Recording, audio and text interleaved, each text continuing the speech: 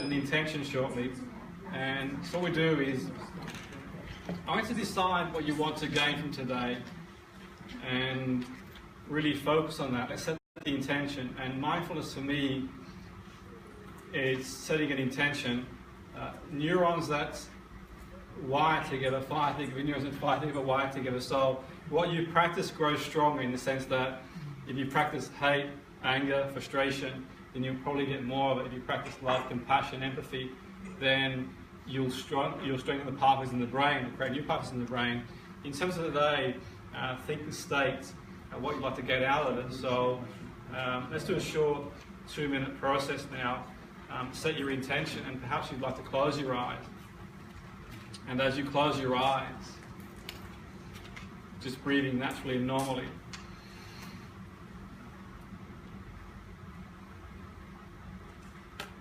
And you become aware of your breathing, and perhaps you can hear the projector and the kettle in the background. Notice your heartbeat. As you notice your heartbeat, perhaps you want to breathe a bit deeper.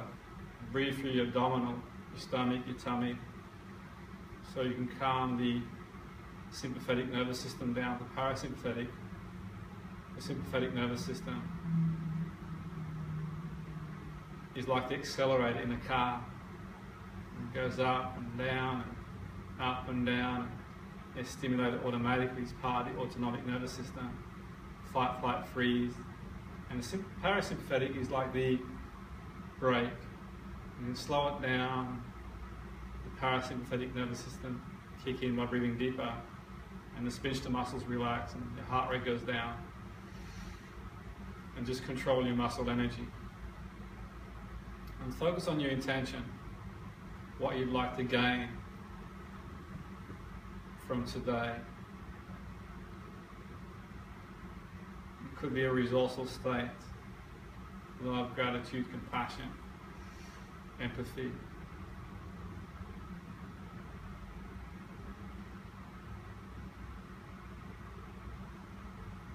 Take a moment to let any negative thoughts disintegrate into the atmosphere, and just focus on the feeling.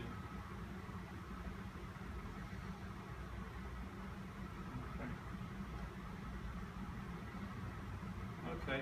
And in your own time, in your own pace, you can come back to the here and now. If you don't want to come back, that's fine. You'll have to come back eventually, but you can stay there as long as you want to. Enjoy the moment. Mindfulness is about being in the now, they say. I think for me, and I had this discussion a few years ago with a colleague of mine. I wouldn't say a colleague of mine, more like a professional acquaintance of mine. And she was very much into mindfulness, and her thoughts were mindfulness was about being a way of life. And I listened to her speak when we talked over the internet on a Google Hangout, I think it was. We might have recorded it, so the recording might be there.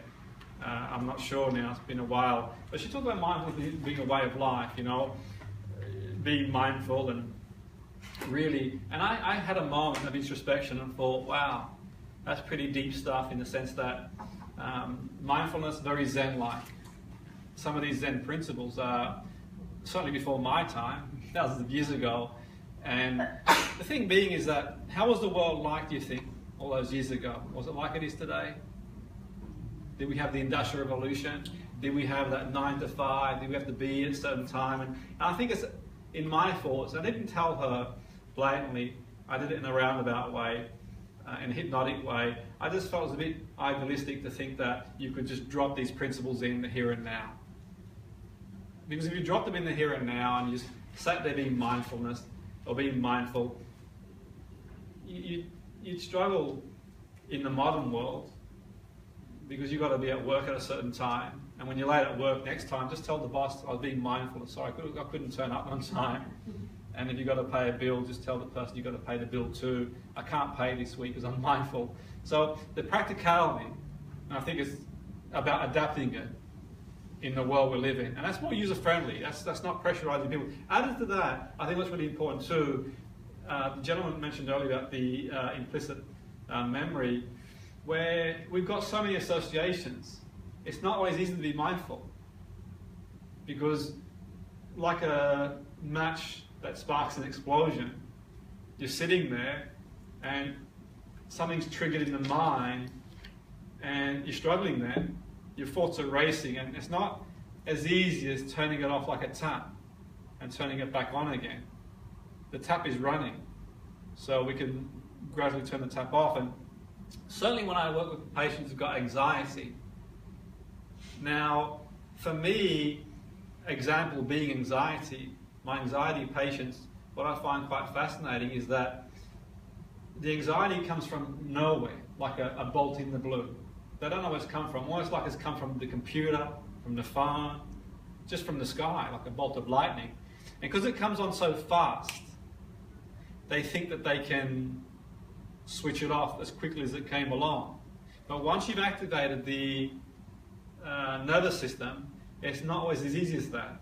So I could walk in this room at midnight and it's dark, and it would take me about, say, 20 minutes to adapt to the dark and see. If I walked outside into the lights, I could do it almost immediately. And I think people with anxiety, they think because the anxiety comes on all of a sudden, they can get away from it quickly as it came along. I don't use the word relax for my anxiety patients, because what do people with anxiety get a lot of? Just relax, just relax, just relax. So I won't use the word relax with them, because it's almost like an association to that word. I'll use controlled muscle energy, because they've got control of that. And what I do with my anxiety patients is I teach them to breathe properly, which I'll go into later today, from a biological point of view, to calm the system down. But also I'll say to them, control your muscle energy. And by doing that, it's this too shall pass. You control your muscle energy, and almost like let the anxiety just fizzle out. You know, when you get a bit of rain on a beautiful summer's day and it just dries out the sunshine. And I think that for me is important to take note, is if you're in a situation where your sort of mind is just going at what feels like 1,000,000 miles an hour, and think this too shall pass. So we're going to give you some sort of practical ways of integrating this. Now, if you've mastered it, you can do sit there for 12 hours or however long that you can sit there for. That's great. Some people struggle. Does anyone struggle to sort of sit there and not do a great deal, just think at the moment? Yeah. I think we're honest, we all do to a point. So I think personally what would be quite useful is just extend it. Just see if you can improve it and get better. You know, bit by bit, a minute, 2 minutes, rather than say, okay, I'm going to go for the jugular here and just try and sit there for an hour. Okay? And maybe, and perhaps what might be a good idea too, and I'll talk about that later on, is activity scheduling. Making sure you do things during the day that you enjoy doing. One of the best ways of being mindful and being in the moment is do what you love to do. Whether it's sport, going for a walk around the park, or socialize, doing something you enjoy, reading a book, then you're in the moment. You ever played sport, you're in the moment, or you do something you really enjoy doing, you're in the moment. You can be dancing at a nightclub and you're in the moment, playing music and you're in the moment. You just absorb. Everything else is just fizzles away. So look at practical ways to create experiences for people. So you see the audio do it, the goal is to create experiences for people. So we talk about the intention. It's always useful when you do mindfulness, for me, to start with an intention. So if you're stressed at work, perhaps the intention might be just neutral. Perhaps chaining across a series of states from being stressed to being, life's phenomenal, might be a bit too much. So perhaps rather than go for the I'm really, really stressed to I feel Zen-like, neutralize it and set the intention for just being more neutral. And then you can work your way across. And I'll talk about that later on, because sometimes the puddle's too far to jump. It's almost like an ocean. And the way we can get to the other side is bit by bit, okay? So I know if I'm going to walk down the street at lunchtime, what I will do is I'll come back and tell you any danger. If there's a traffic accident, if there's a if there's a danger out there. So I think, in my opinion, from that point of view, the stories that we told were the ones that were most significant for survival, because we've got a survival instinct. Your brain is wired to survive, by the way. your brain is not there to make you happy. Language, happy. Language is however many years old, 20, 50, 100,000 years old. Before language, we didn't express ourselves. So when I do a lot of therapy, I use a lot of gesture, tone for expression. I get people to express yourself through gesture, express yourself through tone, express yourself through animation. Now that goes against the conventional. I was taught to sort of sit there and get the person to sit there and express, because I felt that if I asked somebody for a cup of coffee and it was 100,000 years ago, I wouldn't be able to say in the way I say it now. I'd be grunting and pointing. And I'd probably get a slap. But the point being is that if you have an issue is deep in the limbic system and you're trying to express it in a living way. So going back to the negativity bias, say 10,000 years ago, let's say 20,000 years ago, you went out there and you saw danger. You came back and the story would be what danger you saw. There was an animal out there. There was a tribe out there. There was no food out there. Okay. Now think about this these days, and think about your focus of attention. Generally speaking, think about your focus of attention. Okay. So at Christmas time, you go to 10 stores, and 10 of those stores treat you really, really well, or 9 of them treat you really, really well. They make you tea. They make you biscuits. They're really nice to you. And one short changes you, and they're really rude, abrupt. Who do you remember when you go home? Precisely. So I think the story, the way our brain is wired, from that point of view, it has a negativity bias for survival. Our survival instinct is strong. Now we'll talk about the brain, the way the brain sort of works shortly, but I think for one moment that you bring mindfulness to the equation, okay, and whilst you bring mindfulness into it, you could set an unrealistic, idealistic expectation that you could just sit there and, because the brain is perceiving danger. And we know we've got different sensory channels that the brain processes, we'll talk about as we go along. So I think for me, it's about developing part of the brain, the frontal part of the brain, to be able to send a different message to the brain, to be able to be more clear in our thinking. I suppose an example is a teenager, and teenagers can be impulsive because the brain isn't fully developed for the frontal part of the brain. Then you've got these teachers telling teenager, if you don't get these grades, if you don't get this, you don't get that.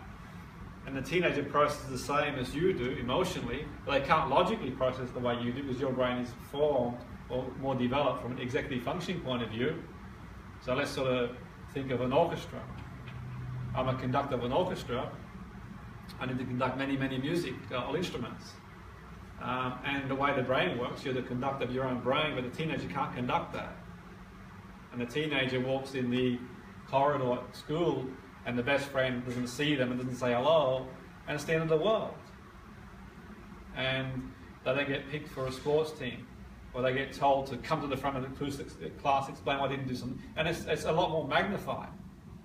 So, you know, what I'm suggesting is the spectrum, and we all develop differently, but ultimately in the end, the stories we told back in the day, and one of the key fundamentals of survival is being part of the tribe. If you ostracize the person in the tribe, they wouldn't survive very long, would they? Because you couldn't survive on your own. So people like to be part of something. Whatever part they're part of is entirely up to them. But we tend to sort of form these little tribes, aren't we? And fear of rejection is huge. And fear of being ostracized from the tribe can be catastrophic primarily. But these days, we still have the same primal brain. We've evolved technologically. We can use those phones really, really well. We can use technology really, really well. But we don't really do really well from the primal one. We don't have those dangers that we had back then, but we've got other dangers now. An email could be danger. They're taking something away from you. A text could be danger. Cutting up on the roads could be danger. So there's many dangers now, not in the way we had back then, but the brain responds the same way, which I'm going to prove shortly. So for me, it's about sort of creating new storylines, having more awareness, and one of the reasons people generally collectively bond in groups is for survival. Now, the group might not be the right group or good group from that point of view, but survival is key. And you see it in institutions, defending institutions, you see it in society, you see it in social media. You can check your social media at some point and you'll realize that that's almost the world in a sadistic type of view. People think that's the world around them, when it's not really the world around them. The world's much broader and longer than that. And you know through neuroscience, and I know when I do some corporate work, that if people don't like a post in 2.5 seconds, they probably won't like it. And they won't like a post that doesn't sit to their belief of reality. And that's fact. I'm not making that up because people are afraid to be outside the tribe. So fear of rejection is huge. Okay? And why do I mention that is that you collectively got all these certain things that are going on, and we'll talk about implicit later on, and people saying just be mindful, be mindful. So I'm going to do an exercise with you shortly again, and I'm going to sort of maybe close your eyes if you want to, and as you close your eyes again, set an intention. Anything goes into your mind that doesn't work for you, just let it disintegrate. So just a couple of minutes again, and set an intention, love, peace, gratitude, calmness, tranquility, and as you do that, just go to that feeling and experience it.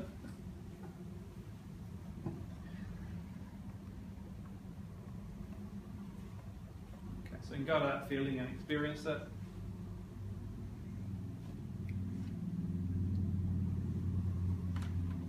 And any negative thoughts, let them disintegrate into the atmosphere, or on a conveyor belt, or on a river.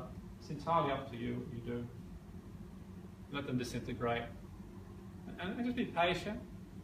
It'll happen. And it's not happening now, it's okay. It might happen later. Like anything, when you learn to drive a car, maybe you don't learn the first lesson, you learn a few lessons, and a bike, and when you first tied your shoelace, if you put an MRI scan on the brain, you see loads of activity in parts of the brain. Now it happens automatically. So we want to sort of think about getting to that point where it happens automatically. Okay. And in your own time, in your own pace, just come back to the here and now. Okay, that's fantastic. So we're going to do a lot of experience exercises. Oh, no, I've got it running now, it's fine. It's just yeah, that's cool. Yeah, so okay. Yeah, so we're going to do a lot of experience exercises today because we learn for experiences, and I'll sort of underpin that with theory. The more you practice, the better you get at practicing whatever you practice. So sort of want to bear that in mind. Okay, you can take notes if you want to, it's entirely up to you, but I will stream some of this stuff so you can sort of go back and see as well as and when you want to. You can. It's really experiential today. So one thing to sort of bear in mind, you know, you're more than welcome to play ball. If you play ball and you join the experiences, if something doesn't work for you, that's fine. You don't need to sort of join in. It's entirely up to you what you join in, what you don't join in. I'm not here to treat anybody in the sense that a treatment plan, because when we work with people, it's all individually based. So when I work with somebody, we have an individual case formulation of treatment plan. So I don't know where you are in your own journey, and I have to make reference to that, the world we live in these days. So, you know, from an educational point of view, take what you will. And if you're a teacher, extend the skills from a teaching point of view. You're a butcher, baker, candlestick maker. If you're in any profession, you can extend your remit. I wouldn't suggest you extend the remit on the basis that you get involved in areas that aren't what you do professionally, and check with the ethical guidelines of the employment. If you deploy the techniques that happen with you, they might have their own systems in place. So I'm going to give you my point of view and go from there. Okay, so we're going to do an exercise now, and I'm going to guide you through an experience shortly. Okay, we're going to find a way, and I'm going to do an exercise to help you deal with these emotions that pop up automatically. So I could be driving, and ever been driving and you just feel a certain way, right? At work a certain way. You don't know why, but you just do. Because we know the brain's implicit. Okay? Many years ago, in the 1920s, I think it was Walter Rayner, I stand corrected, it's a long time since I wrote the dissertation, and it was one of the papers I read about. And they talked about a baby that was 11 months old. And what they did with the baby is they they checked at 9-month-old if it had any phobias or fears. It didn't have any phobias, fears apart from falling down and loud noise. And what they did is they put a white rat or rat on his, it was tame, in his lap, really fluffy, furry, play with it, and they hit a hammer behind him making a loud noise. Eventually what happened, the baby, little Albert, the pseudium they used, became afraid of the white rat and any fluffy, furry animals. They build an association connection to the brain being Pavlovian. You can look at the research study, it was in the 20s. It wouldn't get through ethical guidelines these days, so don't do it at home. But it sort of illustrates that, how we can associate different things. What's also worth considering too is the other experiment. I was writing another dissertation one time and I came across the Stanford experiments. I think it was the Stanford experiments now. It was where they did the experiments where they do the marshmallow, or it might have been chocolate biscuits. I think it was a range of things really. It was in the 60s, and I was reading about that when I was writing on impulsivity. And you had like a group of 5-year-olds in the classroom, and what they would do is they would say, okay, here you go, you can have one marshmallow now, or when I leave the room and come back, you can have 2. Okay, and they found that some children chose the 1 and ate it, and some waited for the 2. What's quite interesting, and I don't know 100% for sure, I'm only going off what I read when I was sort of writing my own dissertation. I'd used the article to talk about impulsivity, is that the younger people who held back on the 2 marshmallow did better adaptively in life through education. Now, you could argue and make the point that, once again, that sort of test in the 60s, who knows, but the point being is that what it does show is that how we can orchestrate our brain is really instrumental in achieving adaptive results. So impulsivity is linked to many things, and I'll talk about that a little bit more as we go along. And I know years ago when I used to work in care homes in education, there was a young girl, and I was sat there with her doing education, and we had someone come into the room, and he said, he was I think he was Austed, or if I remember correctly, it's a long time ago now, and he sat down next to us and just clapped his hands and rubbed them together, and she just got up and just smacked him and kept going. And when I sort of read her file, there was a realization that her uncle was abuser, and she linked the clap. He would do that when he entered the room, and she associated that with. So what I'm implying there is that the brain can be very Pavlovian in the sense that, okay, it sort of links things, you know. And if you don't sort of take my word for it, I can maybe show an advert later on today to show you how advertising campaigns do a lot too. So the classic one being that you're probably familiar with is well, I was in London one time doing a seminar. It was late at night, and I thought I'd walk the streets of London because I couldn't sleep after doing a seminar to many, many people. And I saw that big screen, and the big screen was sort of these girls were drooling over this guy, and this guy's been hoisted on the rope, and I'm thinking, wow, what's going on here? And I sort of stopped and watched the ad briefly, and the guy's being hoisted on, and you could hear the words 11:30 a number of occasions. It's 11:30, it's 11:30, it's 11:30, and biology, obviously sex sells, biology, and it sort of created a crescendo of music, of the girls drooling over this guy with this six-pack, and basically it was a way of advertising a soft drink. And if I advertised that soft drink myself, I'd say, here's water, chemicals and sugar. And would you pay £1.50 for it? You'd tell me to F off, wouldn't you really? But ultimately, the window cleaner ad, I shan't mention the drink, I'm sure you know what it is. Now, there's probably not many window cleaners that look like that. Well, maybe there is. I don't want to be... Yeah, exactly. Well, no, I won't go there. I don't want to get into trouble. But the point being is that you can see how the brain works. So you could probably make a point that the following morning, the women in the office, 11:30, don't know why they want the coat. I mentioned that they'll die, whatever it was, but they want it. So the brain kind of links. So the brain's pretty implicit. Jimmy got 15 minutes. 11:30. Precisely. Well, precisely. I should have done my advertising campaign yesterday. I should have primed everybody.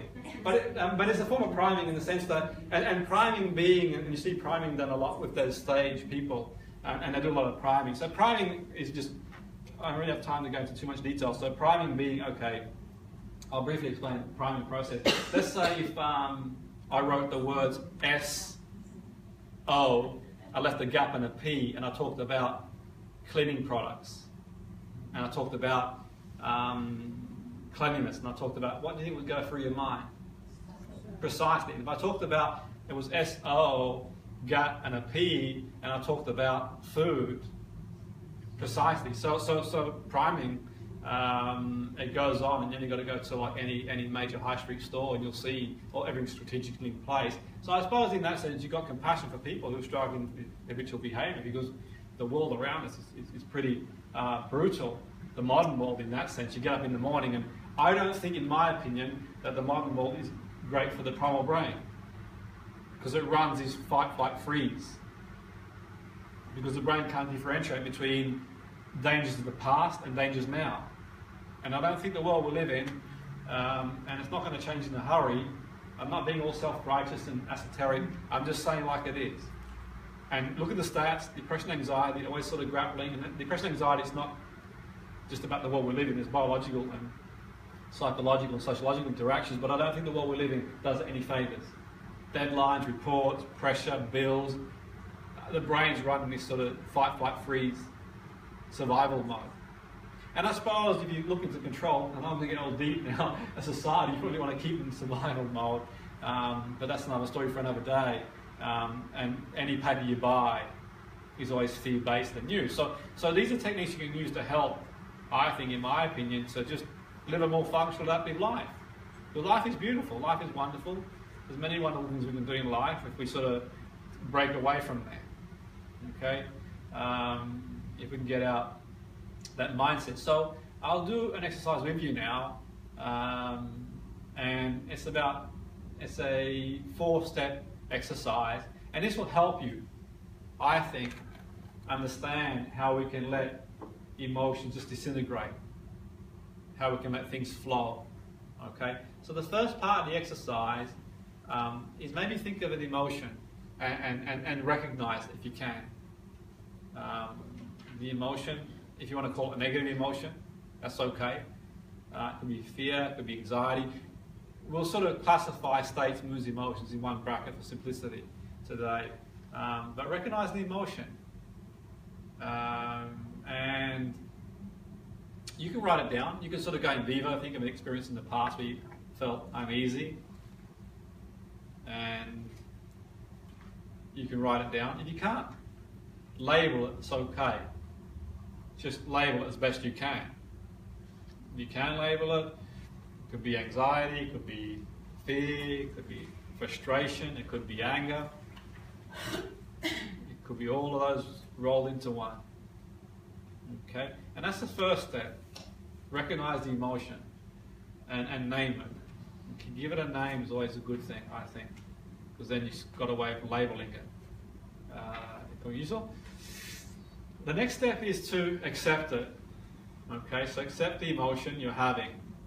So take the gloves off, don't fight it, accept it. And I'm not implying resignation. I'm not saying you should resign yourself. I'm saying that if you fight it, you know when the door's knocking at trick-or-treat and the kids knock louder and louder, treat the emotion as a knock on the door. The door's knocking. Open the door. Okay? And let it in. It's telling you something. Okay? The emotion, the feeling is telling you something. It's communicating. It's by a chemical way of communicating with you. So rather than fight it and put bravado on and run away from it, accept it's there. Feeling scared, feeling angry, feeling frustrated, feeling resentful, all these feelings. Rather than fight it, accept it. Okay, it's not acquiescence, not resignation. And the reason we accept it is that we can deal with it. Okay? If we run away from our problems, then we never deal with them. Or we can become curious about the experience. Okay, where do you feel it in your body? When you feel it, it could be here, it could be there, it could be anywhere. The mind-body link. We know when someone's nervous for an exam, they sometimes need to go for a wee. We know someone gets stressed, they break out in skin rash sometimes. We know that if someone is afraid, they could tremble, they could. So we know that we have these reactions in that way. So is it anywhere in the body? Okay, we can investigate it. And now sort of think what thoughts are going through my mind. So link the thoughts to the emotion. What am I thinking? Okay, emotions, thoughts, thoughts, emotions. So we have an event, we have thoughts about the events, and then we have an emotion around that. So the event could be you're not invited to a party, and you think, oh, these sods don't like me, won't invite me. Or the event might be you're not invited to the party, great, I don't need to go. But the event might be neutral, so it might be you see your best friend at lunchtime, they don't acknowledge you, and your thoughts might be, are they blanking me, they don't want to know me. It might be they were busy. What we can do is backtrack and think emotion. What are your thoughts around the emotion? Okay? What am I thinking? So you might be nervous to do a presentation. What are your thoughts? A nervous interview. Scared at the interview, you might think, oh, I get the job, I can't pay the bills. If I can't pay the bills, I'm not living on the street. I live on the street. What will I do then? So the mind spirals, isn't it? Okay? So sort of assess your thoughts. Okay? And then we can look at new ways. The wonderful thing is that everything will pass. Or maybe not so wonderful about the good feelings and emotion, but this too shall pass.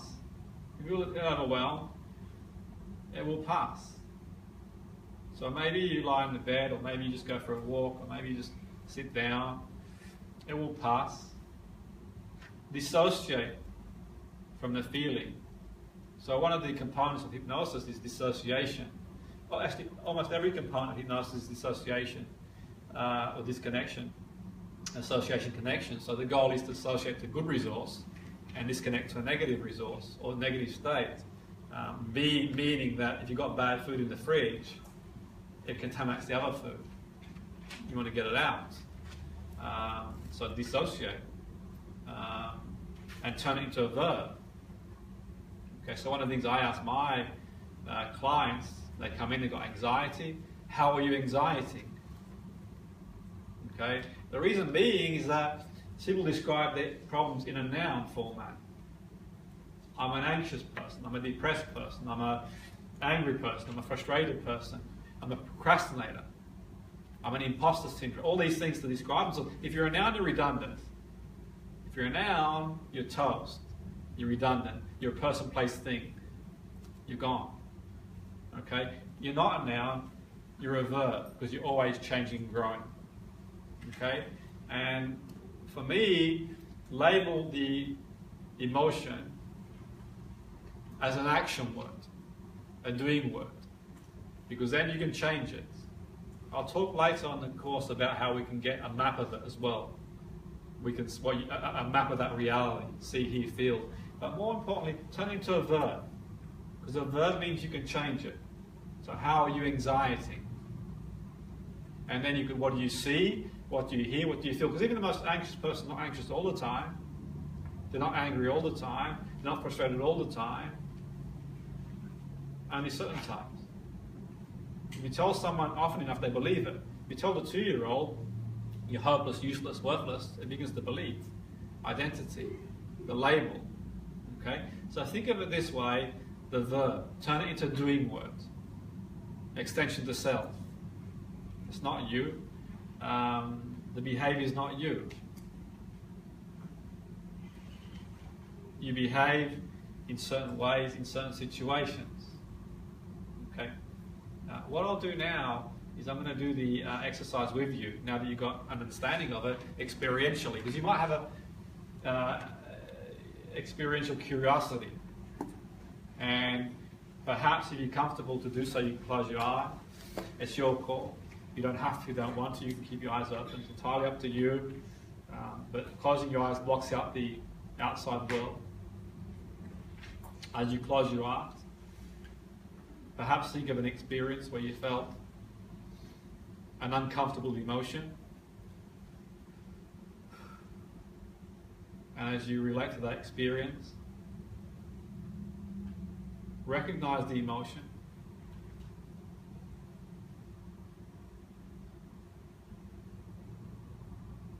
And as you recognize the emotion, give it a name. Anger, fear, frustration.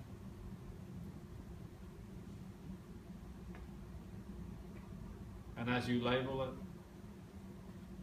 accept it's there. Accept the experience you're having. Rather than fighting it. And as you accept it, you can meet it face to face. Becoming curious. Curious about the experience. Where is it physiologically? And if it's anywhere physiologically, perhaps you'd like to dissociate from it. So pushing it away, push it away, tie it up to a balloon, let it float in the sky, turn the colours down, the sounds down.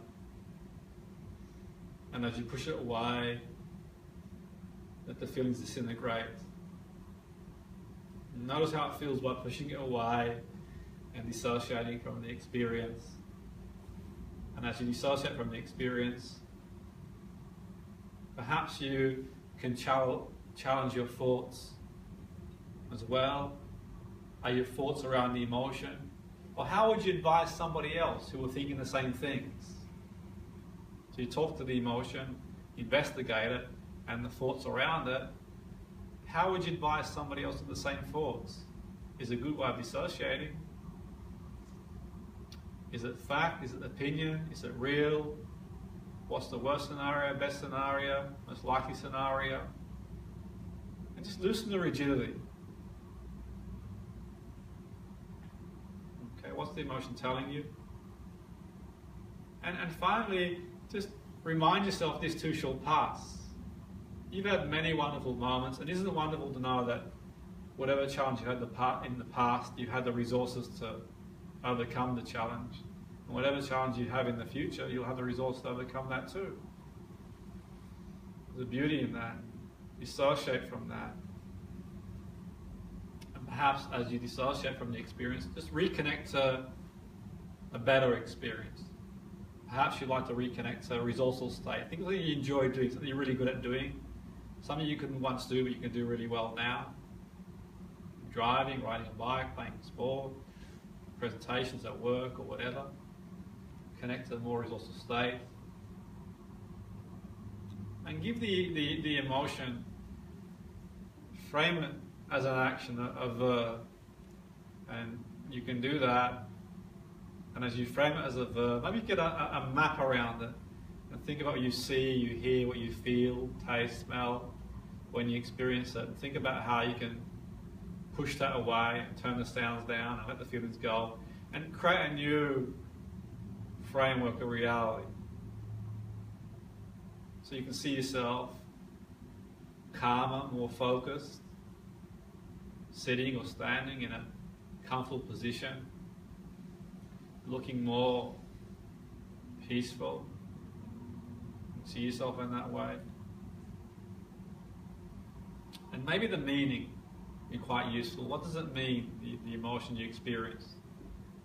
By giving it a meaning. Okay? And in your own time, in your own pace, you can come back to the here and now. Okay. So we'll sort of carry on. We've got a little bit more to cover before our first break. And we'll sort of open up for questions shortly. But that's giving an experiential way. And you've got that now. You can go back over it, you can watch it, you can sort of do your own thing and adapt it to your own environment if you choose to.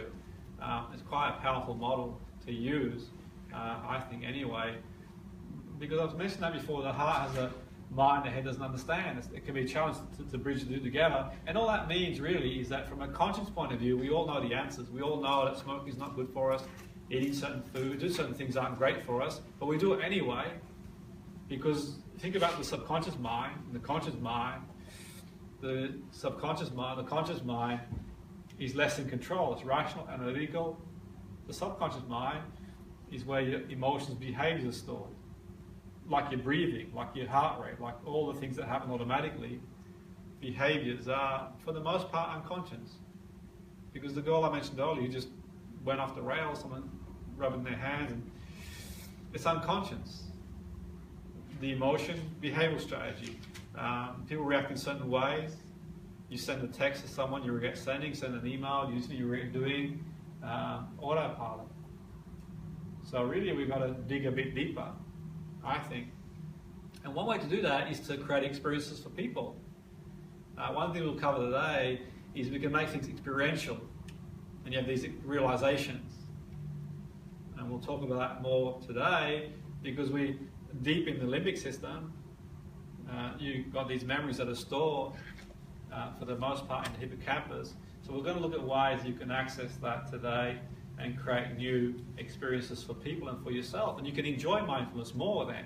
You can enjoy the sunrise, the sunset. You can enjoy going about your daily business because it's a lot harder to be mindful if you've got certain things stuck in your mind. Okay, because really, ultimately, in the end, if problems were in the frontal part of the brain, then you could have a manual, you have a book really, and would solve all the issues in the world. It doesn't work that way.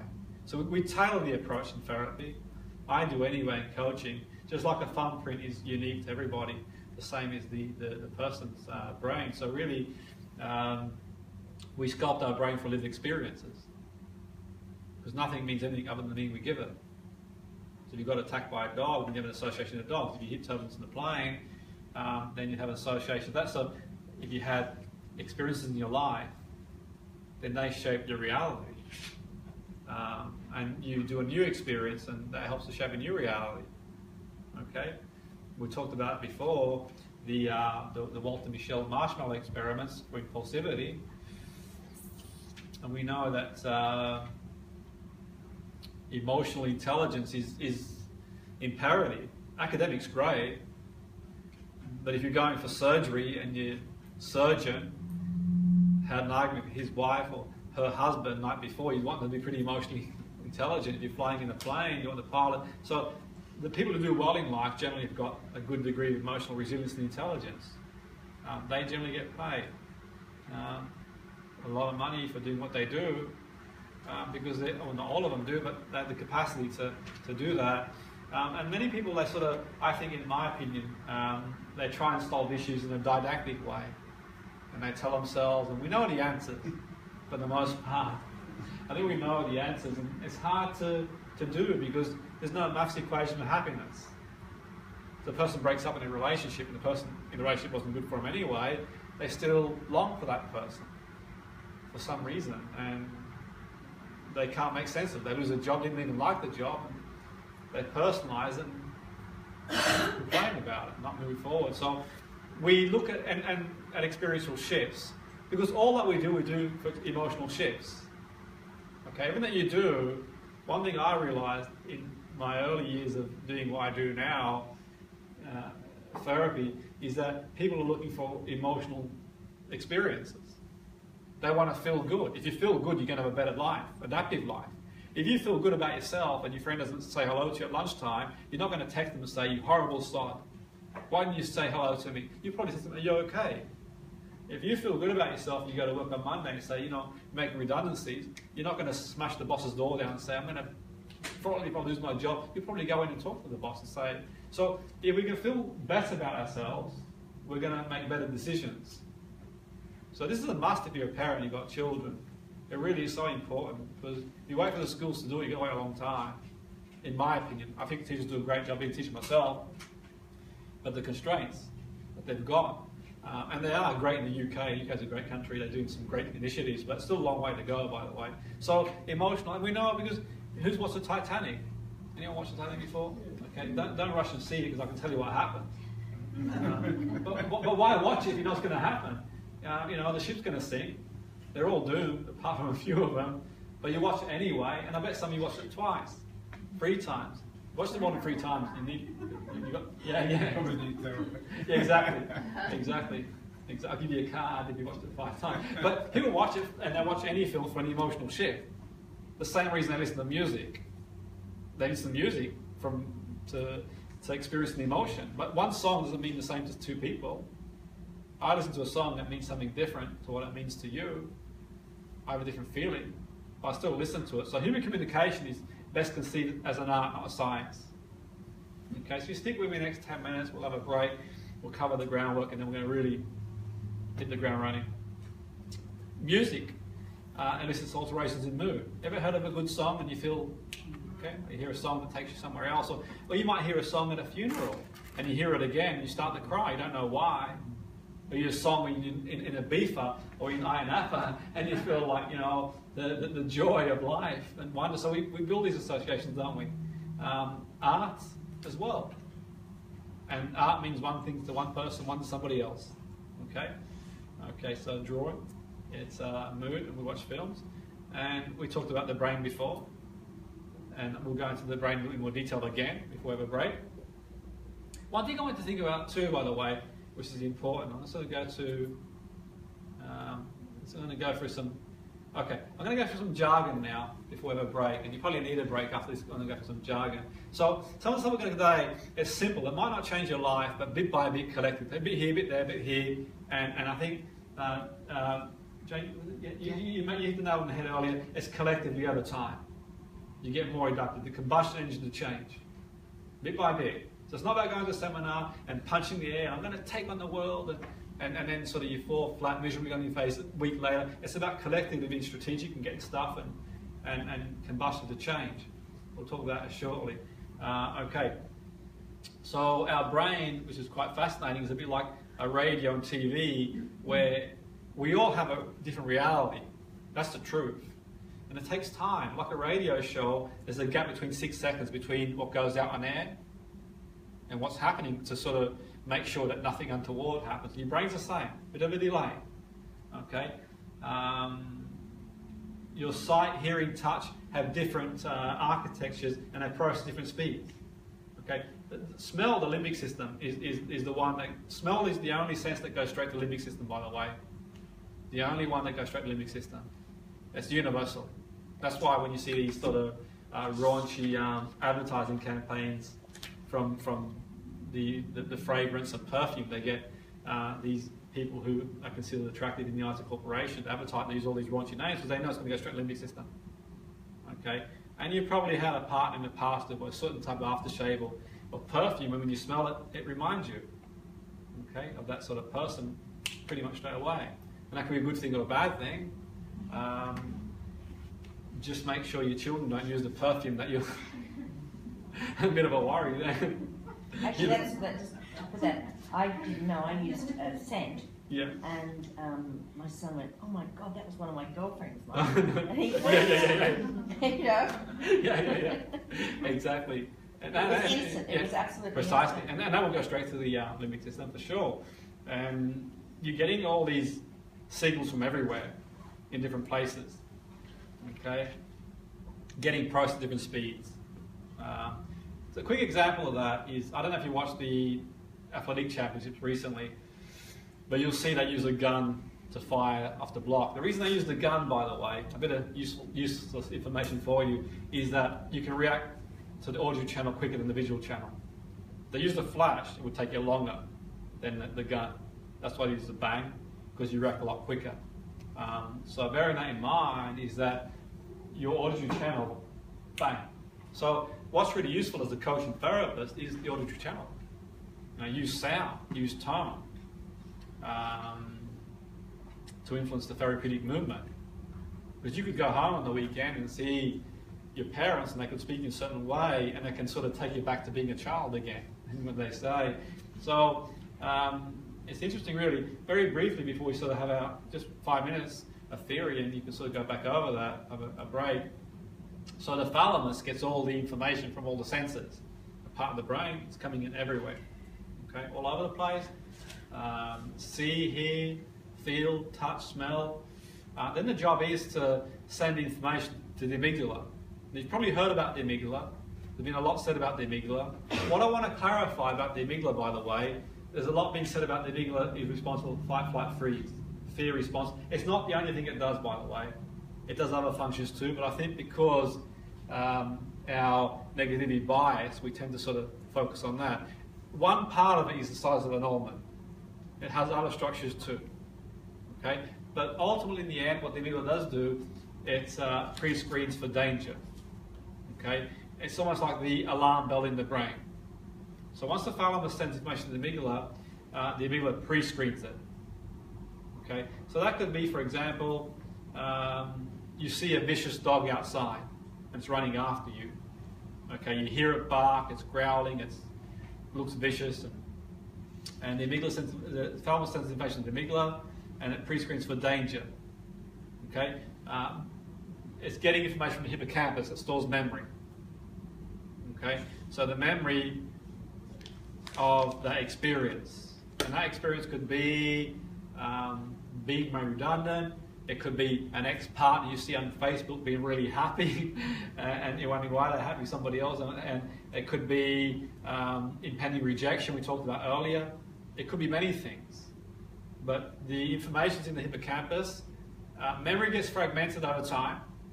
If you're on a holiday last year, you're going to remember it a lot better a day after than what you remember it now from a sensory experience, but emotionally the connection could equally be as strong, because people talk about fighting in the war 70 years ago and cry about the war that they fought in because the experience is raw emotionally, but the experience is fragmented. So it draws from that. That's your memory bank. Okay? The amygdala then activates the hypothalamus to trigger the fear response in the body. Okay? Then you see the vicious dog and you start to sweat, the heart rate goes up, you're going to fight, flight, freeze mode. You're going to fight it, you're going to run, you're going to freeze. Okay? And that sort of is a daily occurrence in our daily lives. It could be the email, the text, the redundancy that goes on. I said earlier, the modern world isn't great for that part of the brain. Okay? The amygdala then, what's really interesting, deactivates the rational brain. Okay? The rational brain, being the prefrontal cortex, executive functioning, skills. It deactivates it. I think someone wrote a book about, I think it was called Emotional Hijack, he called it. It was Dan Goldman. He talked about how under extreme stress, we're compromised what we can do. Okay? The glands release active chemicals called hormones, and these are active molecules that create emotions and moods.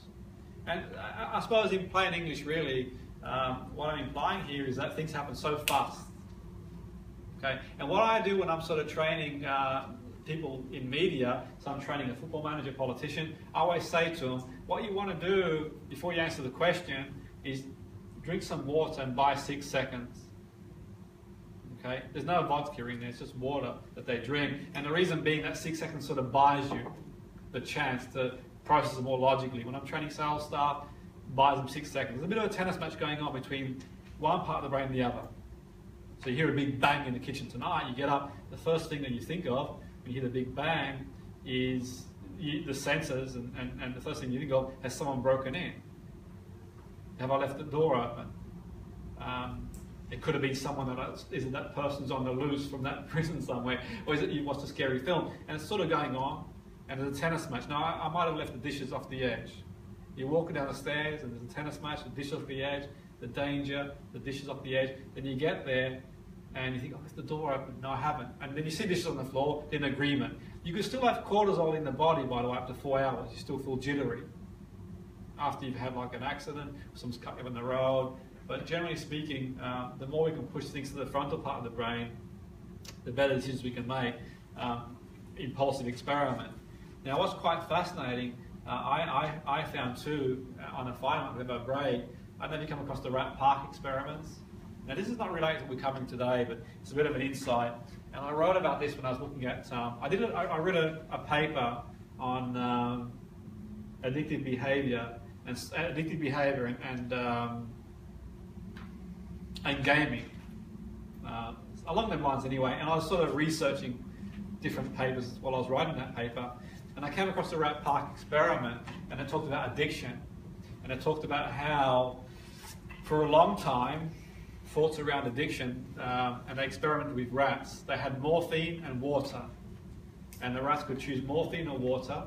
Once the rats had chosen morphine, they became addicted, and then the rats would take morphine until they would eventually die. Okay, that was a rat park. And the rat park experiment was the Canadian psychologist Bruce Alexander and his colleagues. They then decide to create a rat park, and the rat park being everything a rat could wish for in an environment. The rat park had food, it had stimulation, it reproduced the other rats. All these they could want, a rat could want, and they found that the rats didn't choose morphine no more because they were preoccupied by getting dopamine through doing other activities. So why is that an insignificant experiment? Now I'm not here to make any recommendations on addictions, another story for another day, but what I'm implying is the environment can play a big role. Now the experiment, let's look at it loosely, because we know plenty of people who live in their own rat park and still develop maladaptive addictive behaviour, so I don't want to sort of say it's about the environment, but what it does prove is that the environment can have an impact on people too.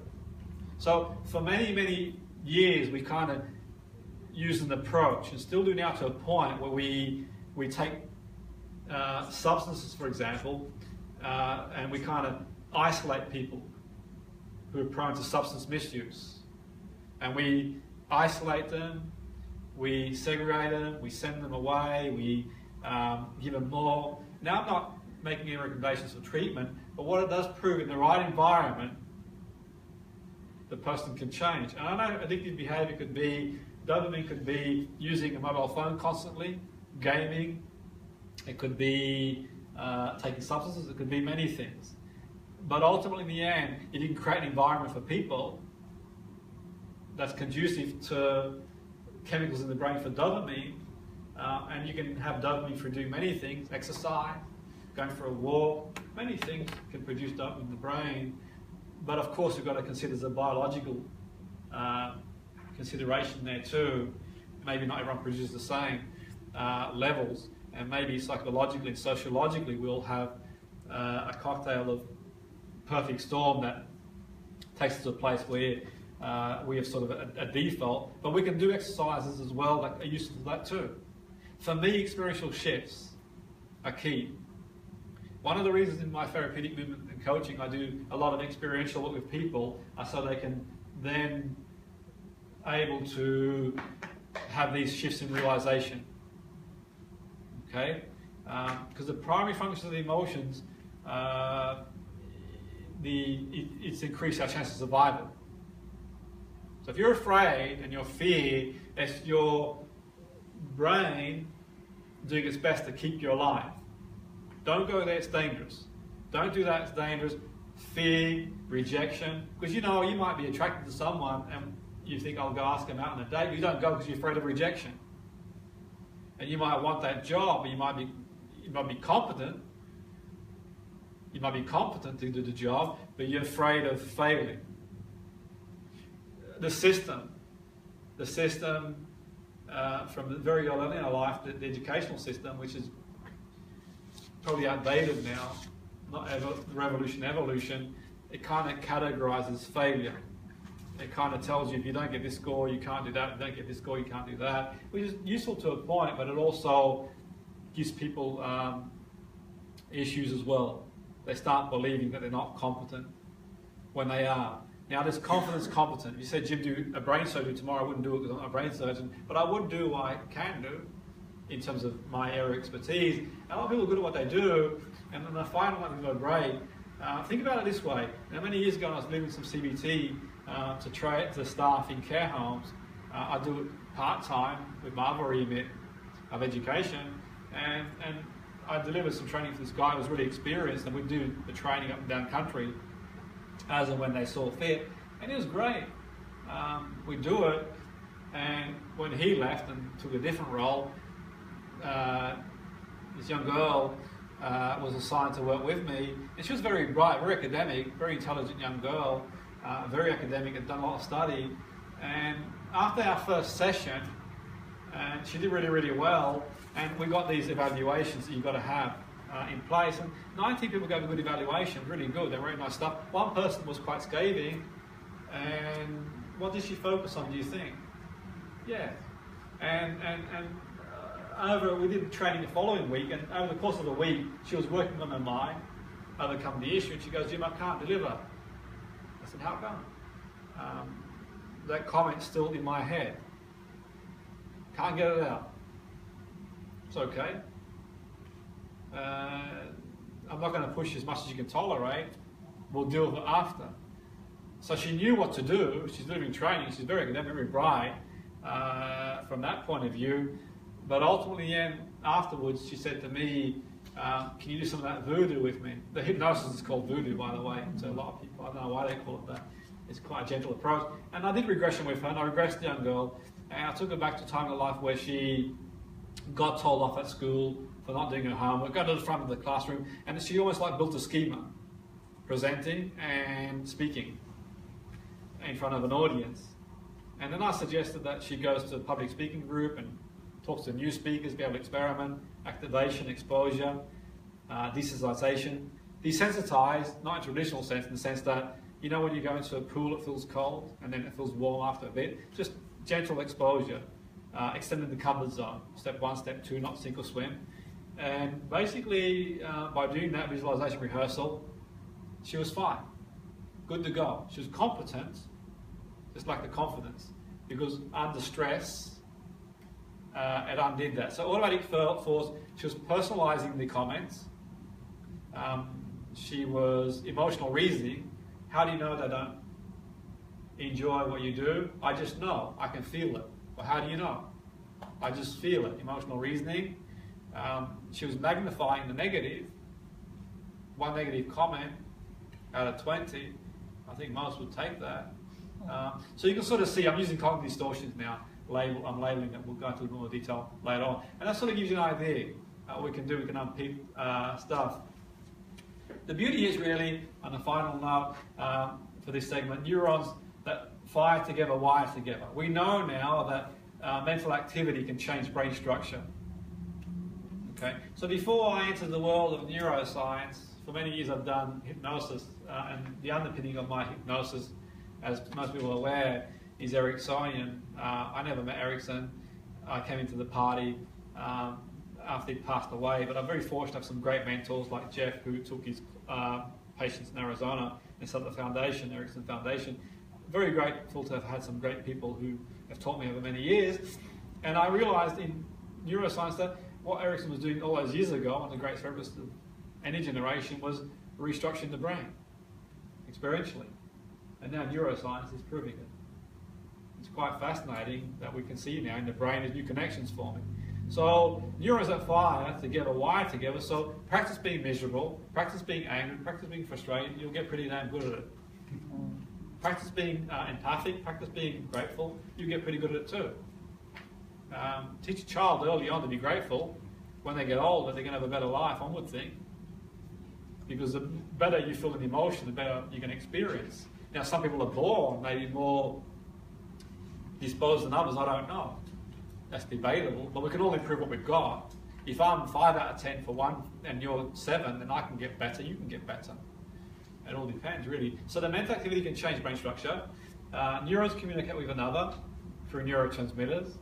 The brain's malleable, meaning in years ago, they used to say, even neuroscientists used to say that years ago, that once the brain was formed, 0-7, that was it. The child is father to the man. You're set, you're very unlikely to change. Yet what I would say, now we know it's malleable, it can change at any age. Okay, and that has a big implication, huge implication. Why? from a therapeutic point of view, then we can help people who've got various labels, various conditions. Okay, we can help people in many ways. And the MRI scans have proven that people who have parts of the brain that other parts of the brains compensate. I was talking with a neuroscientist recently. I stand corrected now. I think she said her dad had a stroke, and when the MRI scanned her dad, they saw parts of the brain had lesions, and the parts of the brain they thought were responsible for certain functionality, but that functionality was still working. So maybe it was pushing away to different parts of the brain to compensate for that. I'll speak to her again and see, but that's what she told me. But what I would say is malleable. The drawback is really for malleability is it doesn't happen overnight. Like nutrition, you eat one good meal, you're healthy forever, you don't do one exercise session, you're in great shape. You've got to keep doing it. And the drawback is too, before we get too excited as society, the brain likes familiarity. The brain likes familiarity. Why? Because we're comfortable with familiarity. The brain likes to generalize. The brain doesn't like to push itself to learn new things, because we generalize really, really well. If you didn't generalize, you need to learn to make a new cup of tea every day, you need to learn how to drive every day. Like that film 50 First Dates, she's got to learn every day what she did the day before, learn how to love, all them things, because she loses a short-term memory. So generalizing can be a good thing, but a bad thing too, because we generalize negative things too. But the brain is malleable and you can change. My theory is a little bit different to the conventional motivational speakers. Yeah, it's do it, sink or swim. I think extend the comfort zone. And the reason being, if you extend the comfort zone, incremental change. Push the person the most they can tolerate. If you throw them in a deep end, then they'll probably sink. Because under stress, we've proven the brain doesn't work really well. They might put bravado on, they might do a session and say, I'm great, because they like the trainer, the person facilitating the experience, but they'll probably go back to square one, if not even worse. So I sort of guide them along the way, and step by step, extend the comfort zone. One step forward, two forward, maybe one back. So if you're trying to improve your anger, and you tell your children off and think, oh no, I've blown it now, it's okay. Just monitor it. If you're trying to improve your anxiety and you get anxious going to the shop, it's okay. Just improve it. Have compassion for yourself. And the reason being, if you have compassion for yourself, then you won't beat yourself up as much as you do. If you beat yourself, you won't change. If you eat one biscuit, you tell yourself off, then you'll eat the whole packet. If you say, I've eaten one, it's okay, it's not the end of the world, and you stop at that. So compassion being, it's not your fault you're in the situation you're in. It takes two to tango. Biology, you're in interaction with biology, psychology, and social circumstances. So you're born in a great family with great biological genetic. From that point of view, and if you're naive enough to think that biology doesn't affect our behavior and emotion, then it affects our hair color, skin color, physiology, I'm sure has an impact, how much we don't know. And his family are loving and they serve you, they feed you, they water you, then you're stolen by the local drug dealer who wants a child, and the local drug dealer's violence and gang culture, you'll be different. Do you think the person you are today? Of course you would. You didn't choose to be stolen, you didn't choose the situation. So what I'm saying, have compassion for self. And on a final note, when I started doing corporate work many years ago, you probably heard it before, maybe read about it, when I was told to do improvements in a corporation, I didn't know anything about business, but I knew a lot about the mind. I worked in sport and therapy for a long time, and they said, well, how can you improve I said, what do you want improving? And they said, KPI. Didn't know what KPI was. I know now, key performance indicator, and what I realized then, it was all external attribution. In psychology, we have a term called external attribution, uncontrollable factors. Like a league table in football, like a golf table, like any external factor. You can't control the weather, can't control the referee, you can't control the variables outside you, but you can influence them. You need the KPI, you need as a measuring tool, but you put pressure on people, the brain doesn't work well. So these people are pressurizing people. You've got to do it. You've got to sell. And under stress, the brain doesn't work really well. They have a reward system that means not a great deal to people, and they're crumbling under stress, and they're not meeting it. I decided the following after reading the KPI. I have an idea to the boss. I said to him, I've got a system for you. It's called the HPI. You won't find it in Google. It's my little creation, Human Performance Indicator. What makes a great member of staff, do you think? What makes a great member of staff? what makes a really good staff member? What sort of qualities make a great staff member? They do the job they want to do. Yeah, they do that, but how do they feel? They feel good, they feel calm, they feel enthusiastic. So I took Valued. exactly, and I took enthusiasm, gratitude for customer. I used the word love for customer, a bit too hippie, isn't it? But anyway, I took these sort of things and said, if we can sort of scale 1 to 10, 10 being high, be an 8 out of 10 for love for customer, because people can buy somewhere else, for gratitude, for enthusiasm, for motivation. The KPIs will look after themselves. So I focused on internal attribution, what you can't control. I can't control you. I can control me. Okay? As a parent, if I don't want my kids to smoke, then perhaps I don't smoke. If I'm a teacher, if I come into the classroom demotivated, I probably won't motivate you. So you go there first.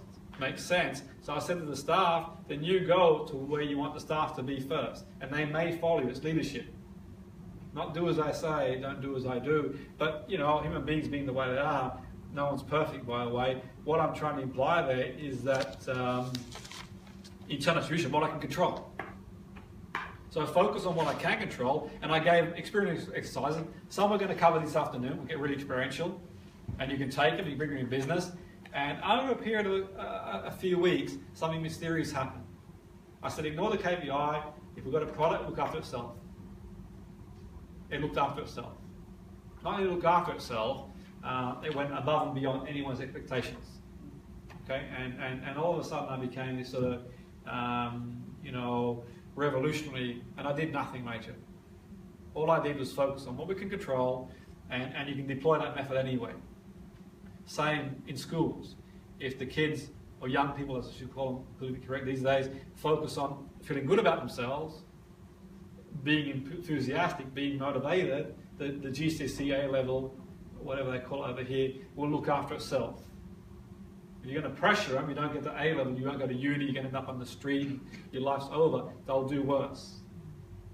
And even worse than that, they're going to do maladaptive behaviour to get that dopamine fix.